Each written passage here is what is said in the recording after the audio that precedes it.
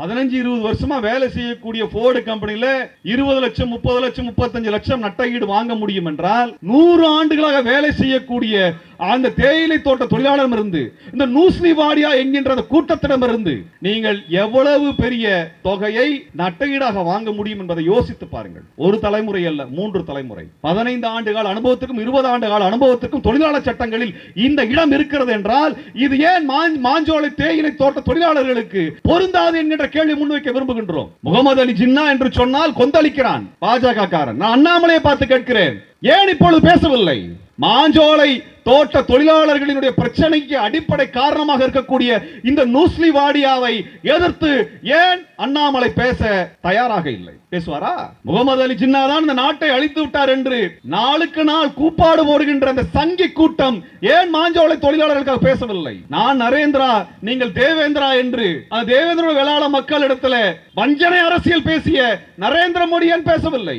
நீங்க தான் சொல்றீங்கல்ல, நாங்களாம் முகமது அலி ஜின்னாவை ஏற்றுக்கொள்ளவில்லை, தேசத்தை உடைத்த துரோகி என்றெல்லாம் சொல்லுகிறீர்களே. முகமது அலி ஜின்னாவுடைய பேரன் நூஸ்லிவாடியாவுக்கு எதிராக இந்த சங்கி பயலை ஏன் பேச மாட்டானா? 1970 இருந்து 1992 வரை பாரதிய ஜனதா கட்சி உருவாக்கி வளர்த்துவதற்கான மொத்த நிதியையும் கொடுத்தது நூஸ்லிவாடியா குடும்பம். அதனால வாயை திறக்க மாட்டேங்கிறான். அதனால வாயை திறக்கல.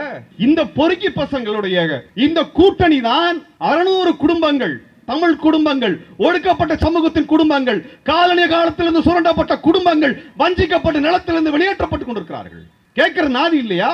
தமிழ்நாடு திரண்டு வந்திருக்க வேண்டும், தமிழினம் திரண்டு வந்திருக்க வேண்டும். நீங்க பர்மாக்கு எங்களை எல்லாம் தொழிலாளர்களை கூட்டி போன, அங்க அடிச்சு துரத்தனா அகதிகளாக இங்கே வந்தார்கள். 1940 கேட்க நாதி இல்லை. இந்திய அரசு கைகட்டி வேடிக்கை பார்த்தது. வெட்கம் கட்ட அரசு அது. எங்களுக்கு எந்த மரியாதையும் கிடையாது. என்ன பண்ண அன்னைக்கு பர்மாவிலிருந்து அடித்து வெளியேற்றப்பட்ட பொழுது பர்மா அரசை நோக்கி நீ கேள்வி கேட்டுக்கணுமா இல்லையா? 1930 ஆரம்பிச்சானுங்க அடிச்சு வெளியேற்றுவதை. 1930 ரங்கூன் துறைமுகத்துல தமிழ் தொழிலாளர்கள் அடித்து கொலை செய்யப்பட்டார்கள். அதற்கு பிறகு தமிழர்களுடைய வணிக கடைகள் அடித்து நொறுக்கப்பட்டன. தமிழ் முதலாளிகளாக இங்கிருந்து சென்றவர்களுடைய தொழில்கள் எல்லாம் பிடுங்கப்பட்டன. அதற்கு பிறகு அங்க இருக்கக்கூடிய நெல் வயல்களில் வேலை செய்த தமிழ் தொழிலாளர்கள் அடித்து வரட்டப்பட்டார்கள். அன்றைக்கு இந்த அநியாயத்தை செய்த அந்த பர்மாவில் இருக்கக்கூடிய பௌத்த பிக்குகளுக்கு ஆதரவாக இந்து மகாசபை கடிதம் எழுதியது, வரவேற்றது. இந்து மகாசபையினுடைய கூட்டணி, இந்த RSS கூட்டணி அன்றைக்கு ஆரம்பித்தது. பர்மாவில் அடித்து வரலாம். பர்மாவுக்கு எதுக்கு கொண்டு சென்றா?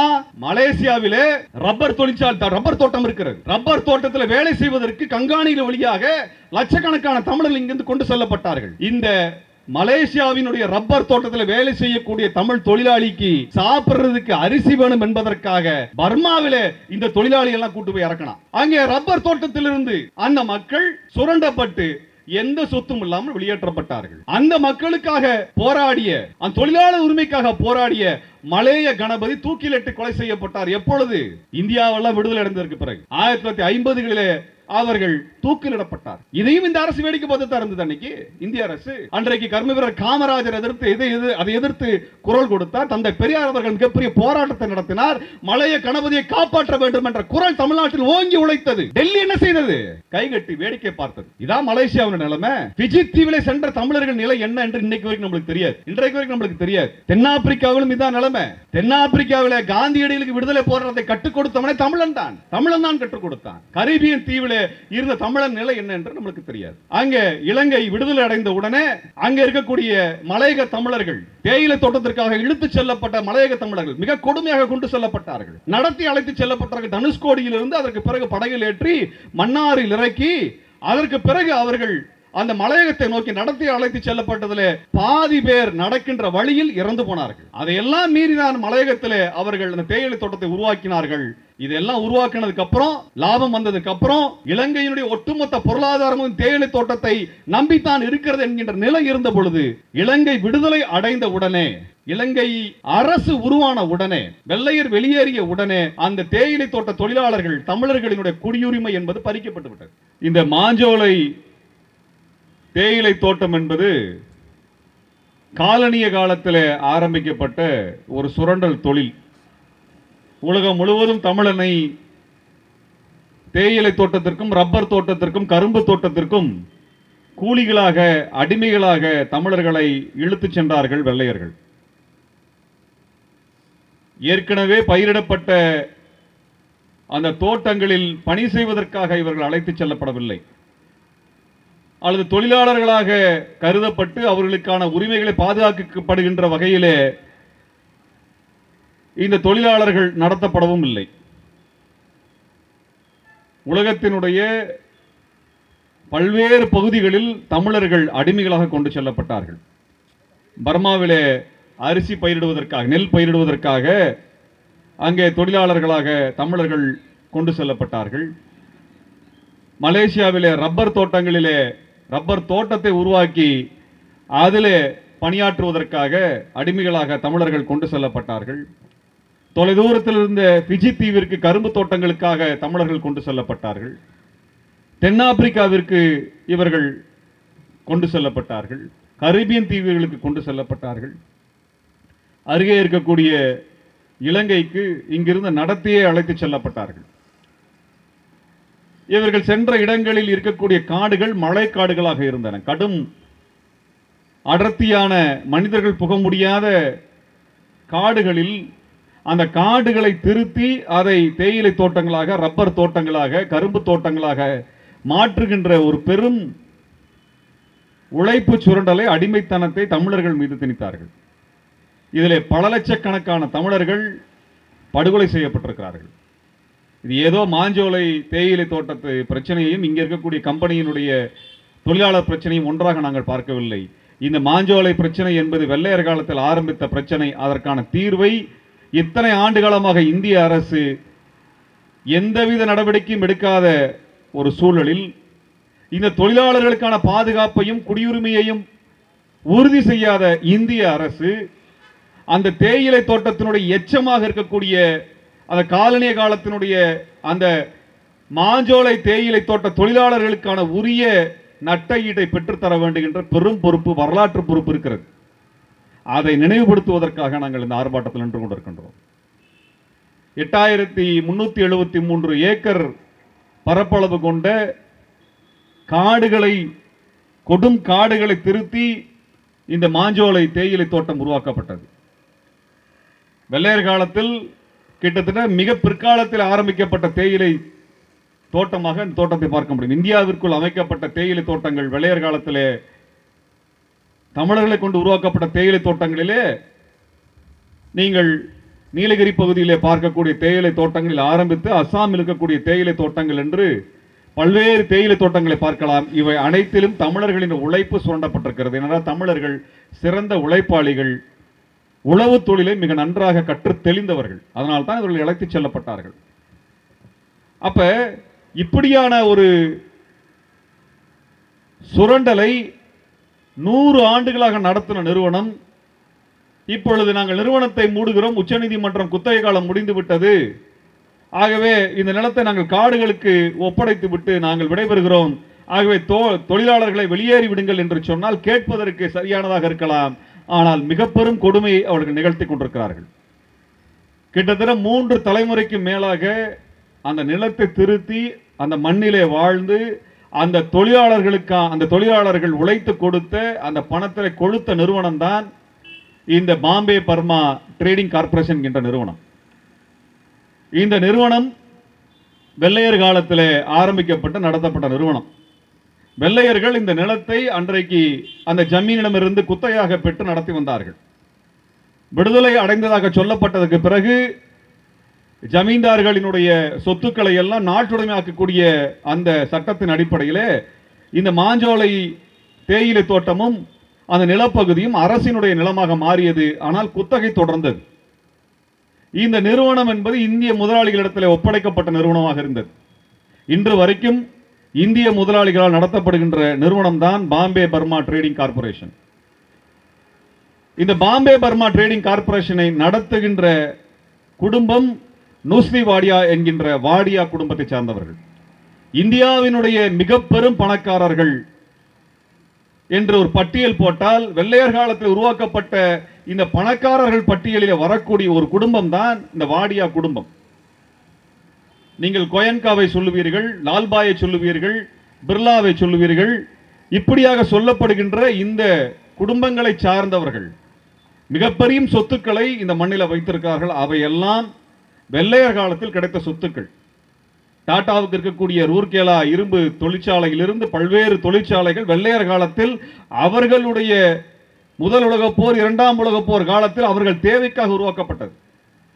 இன்னும் சொல்ல வேண்டும் என்றால், வெள்ளையர்கள் சீனாவை பிடிப்பதற்காக அவர்கள் நடத்திய அந்த போதைப் பொருள் கடத்தல், ஓபியம் கடத்தலிலே மிக பெரும் பணத்தை சம்பாதித்த கூட்டம் தான் இந்த கூட்டம்.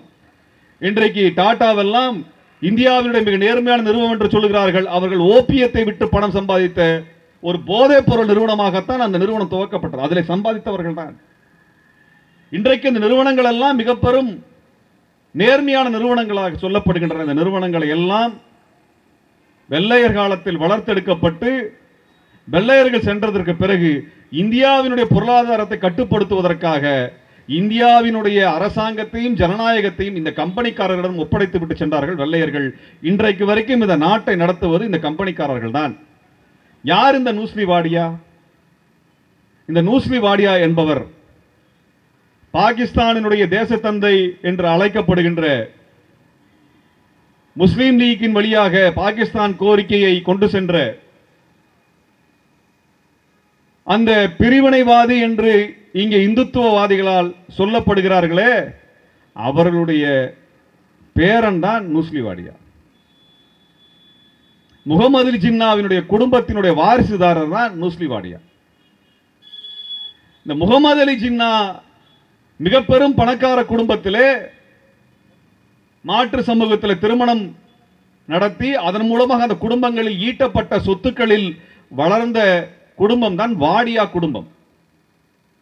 இந்த நூஸ்லி வாடியாவுக்கு என்று வரலாறு இருக்கிறது. தமிழ்நாட்டில் 25 ஆண்டுகளுக்கு முன்பு இதே மாஞ்சோலை தேயிலை தோட்ட தொழிலாளர்கள் அவர்கள் கொடுக்கப்பட்ட குடியிருப்புகளிலே மனிதன் வாழ முடியாது, ஆனால் அதில் இருந்து கொண்டு அந்த நிறுவனத்திற்கு கொள்ள லாபத்தை பெற்றுக் கொடுத்த அந்த உழைப்பாளிகள் தங்களுக்கான வருமானத்திலே ஒரு 100 ரூபாயை ஏற்றி தர வேண்டும் என்று போராடியதற்காக அன்றைய திமுக அரசினுடைய காலத்தில் தாமிரபரணி ஆற்றங்கரையிலே அடித்து கொலை செய்யப்பட்டார்கள். எதற்காக? மாவட்ட ஆட்சியாளரிடத்திலே கோரிக்கை மனு கொடுப்பதற்காக சென்றவர்கள் தாமிரபரணி ஆற்றிலே அடித்து கொலை செய்யப்பட்டார்கள். நான் கேட்க விரும்புவது, இந்த மண்ணினுடைய மைந்தர்கள் தங்களுடைய தொழிலாளர் உரிமைக்காக போராடியதற்காக படுகொலை செய்யப்பட்டார்கள். எதற்காக என்றால், ஒரு மார்வாடி நிறுவனத்தை பாதுகாக்க வேண்டும் என்பதற்காக, ஒரு பெருவணிகத்தை பாதுகாக்க வேண்டும் என்பதற்காக, ஒரு வெள்ளையர் காலத்தில் கொள்ளையடித்த கூட்டத்தினுடைய சொத்தை பாதுகாக்க வேண்டும் என்பதற்காக இந்த மக்கள் படுகொலை செய்யப்பட்டார்கள். இது தமிழ்நாட்டினுடைய கருப்பு வரலாறு, நாம் மறந்துவிட முடியாது. அந்த வரலாற்றிலிருந்து தான் நாங்கள் பேசுகின்றோம்.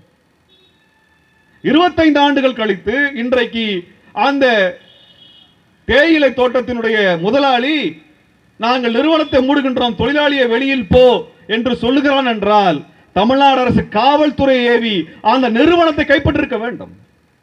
யாருடைய நிறுவனம் அது? யாருடைய உழைப்பில் உருவான நிறுவனம் அது? யாருடைய நிலம் அது? தமிழனுக்கு சுயமரியாதை இருக்காதா? நான் திமுக அரசை பார்த்து கேட்கின்றேன். எத்தனை காலம் தான் இந்த மக்கள் வஞ்சிக்கப்படுவார்கள்? 3 தலைமுறையாக உழைத்தார்கள்.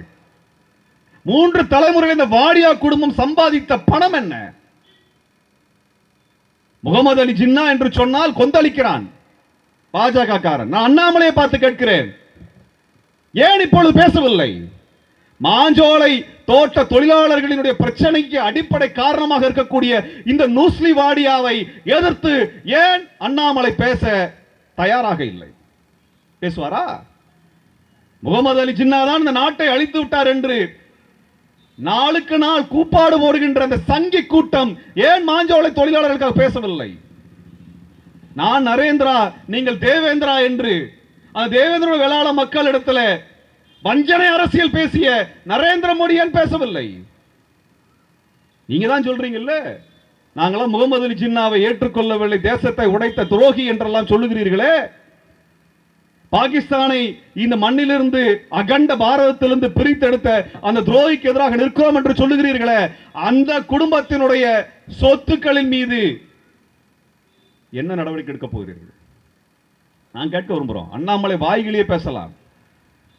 இங்க இருக்கக்கூடிய இந்தியாவினுடைய ஆண்ட கட்சிகளாக இருக்கக்கூடிய காங்கிரசும் இப்பொழுது அதிகாரத்தில் இருக்கக்கூடிய பாரதிய ஜனதா கட்சியும் என்றைக்கும் தமிழனுக்கு நல்லது செய்தது கிடையாது.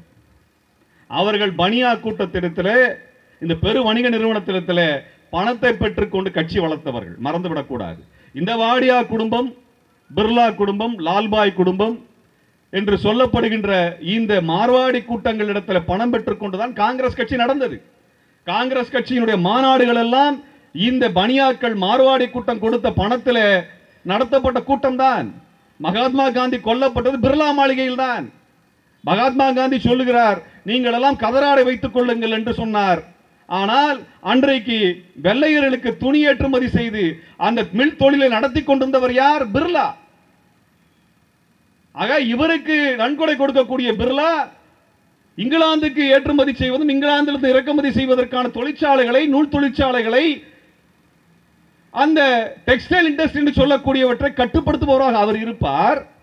அவருடைய நிதியில் நடக்கக்கூடிய காங்கிரஸ் கட்சி நம்மை எல்லாம் கைத்தறி செய்து நீங்கள் இது தேசப்பற்ற வெளிப்படுத்துங்கள் என்று நமக்கு காது குத்தி கொண்டிருந்தார்கள். இது குறித்து அறிஞர் அண்ணா அன்றைக்கு பேசியிருக்கிறார், 1940 பேசியிருக்கிறார். அங்கே குஜராத்தி மார்வாடிகள் எல்லாம் பெரு நிறுவனங்களை நடத்தி கொண்டு பெரும் முதலீடுகளை அவர்கள் பெற்றுக் கொண்டிருக்கிறார்கள், சந்தைகளை கட்டுப்படுத்திக் கொண்டிருக்கிறார்கள். அவனிடம் பணத்தை பெற்றுக்கொண்டு காங்கிரஸ் கட்சி தேசத்திற்காக நாங்கள் போராடுகிறோம் என்று நாடகம் நடத்தி கொண்டிருக்கிறது.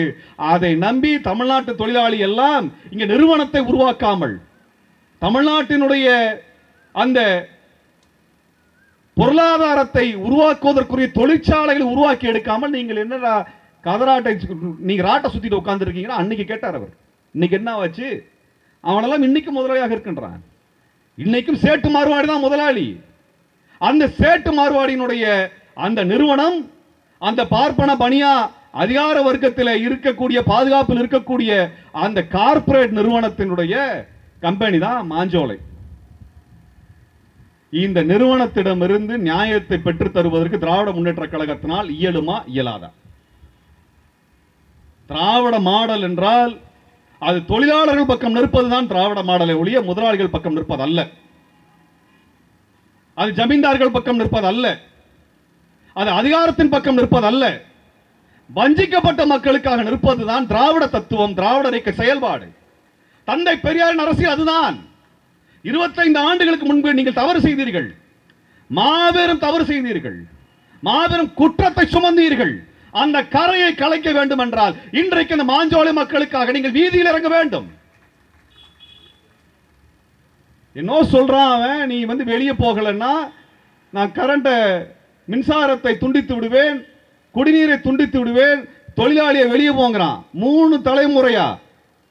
3 தலைமுறையாக அந்த மண்ணில இருந்து அந்த தேயிலை தோட்டத்தை வளப்படுத்தியவன நான் கரண்டை கட் பண்ணிடுவேன், தண்ணியை கட் பண்ணி வெளியே போடான்னு சொல்றான்.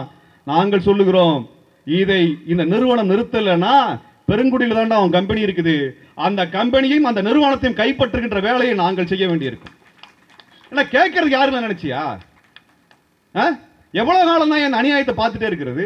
பெரிய கம்பெனிக்கார வருவான், அவன் நினைச்ச கூலிய கொடுப்பான், நினைச்ச இடத்துல தங்க சொல்லுவான், இஷ்டத்துக்கு வேலை பார்க்க சொல்லுவான், முடிஞ்ச உடனே வெளியே போடான்னு துரத்தி விடுவான். இதை பார்த்துட்டே இருக்கிறதா எங்க வேலையா?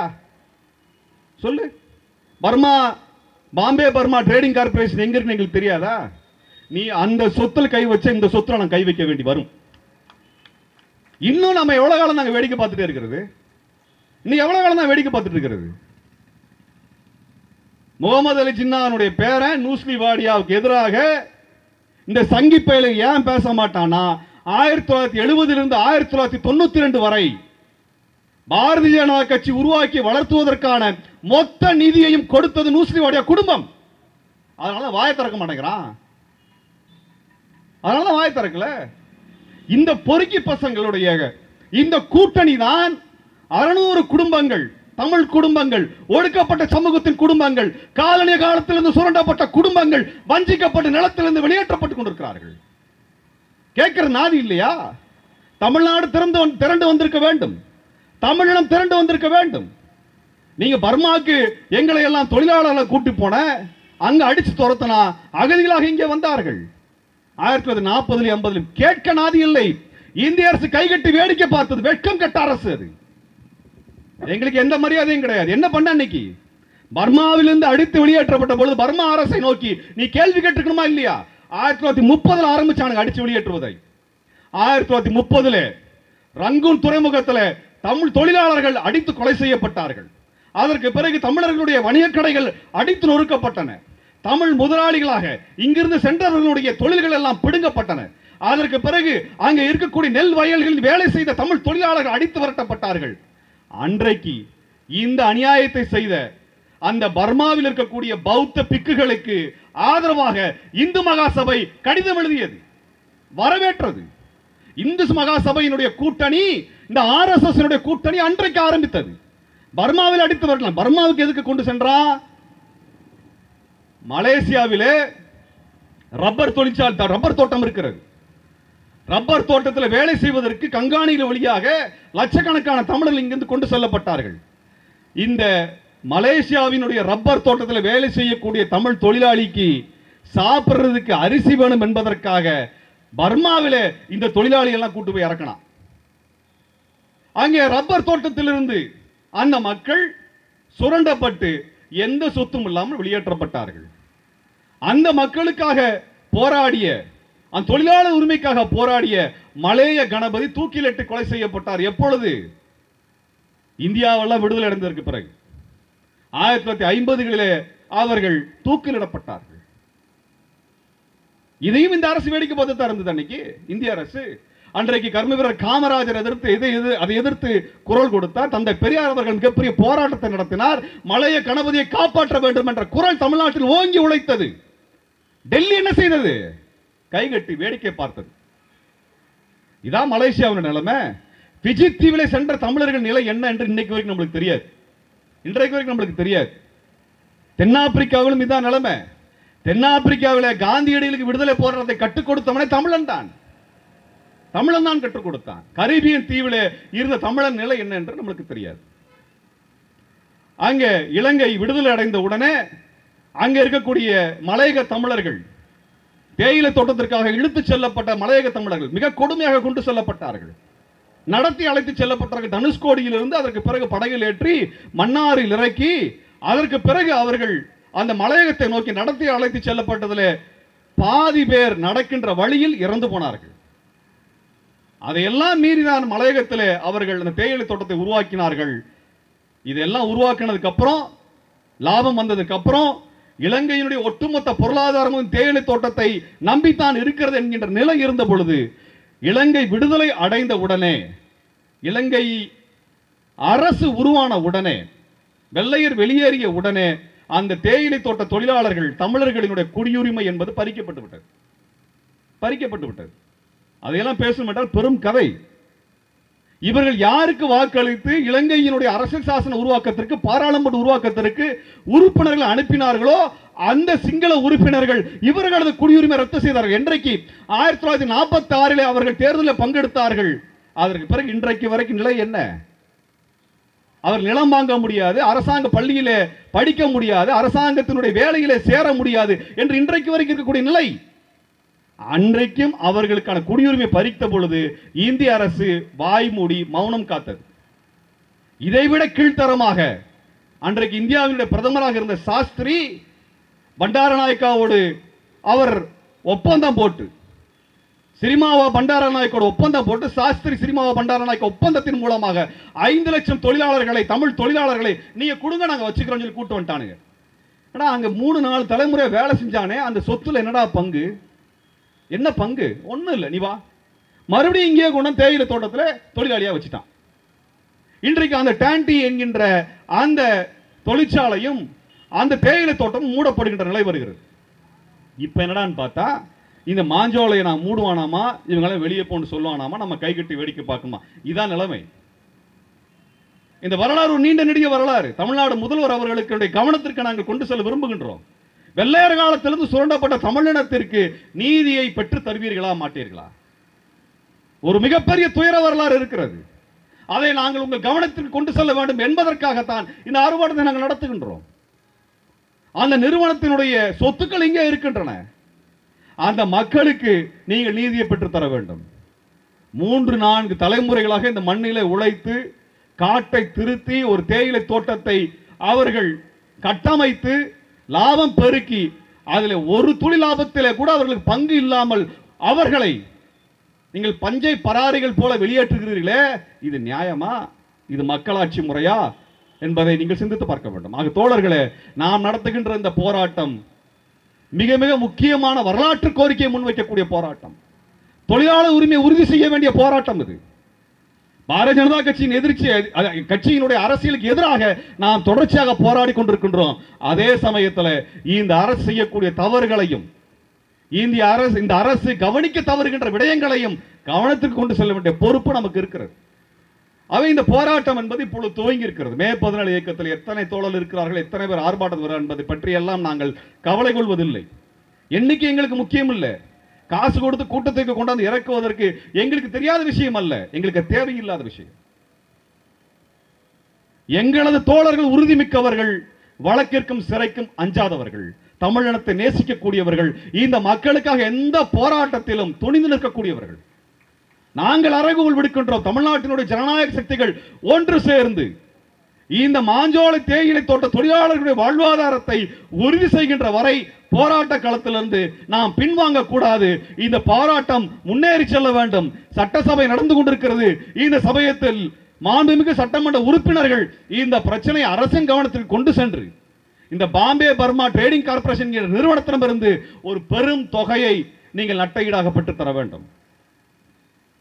2 ஆண்டுகளுக்கு முன்பு இங்கே போர்டு நிறுவனம் தனது தொழிற்சாலையை மூடுவதற்கான முயற்சியில் முன்னெடுத்த பொழுது எங்களது மே 17 இயக்க தோழர்கள் அங்கே தொழிலாளர் போராட்டத்தை நடத்தினார்கள்.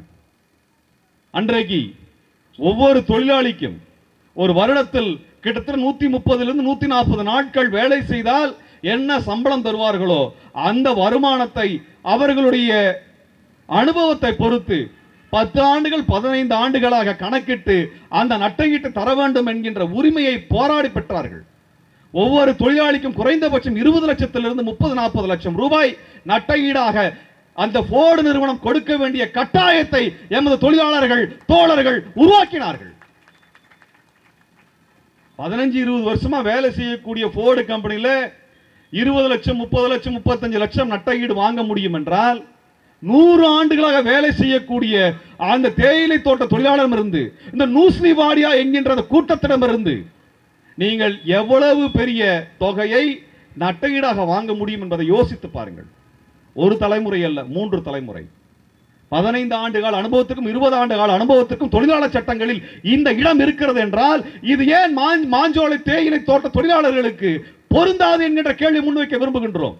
அந்த தொழிலாளர்கள் கைவிடப்பட்டவர்கள் அல்ல.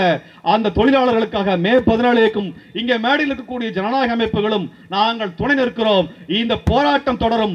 மாஞ்சோலை தேயிலை தோட்ட தொழிலாளர்களுக்கான நீதி கிடைக்கும் வரை இந்த போராட்டம் தொடரும்.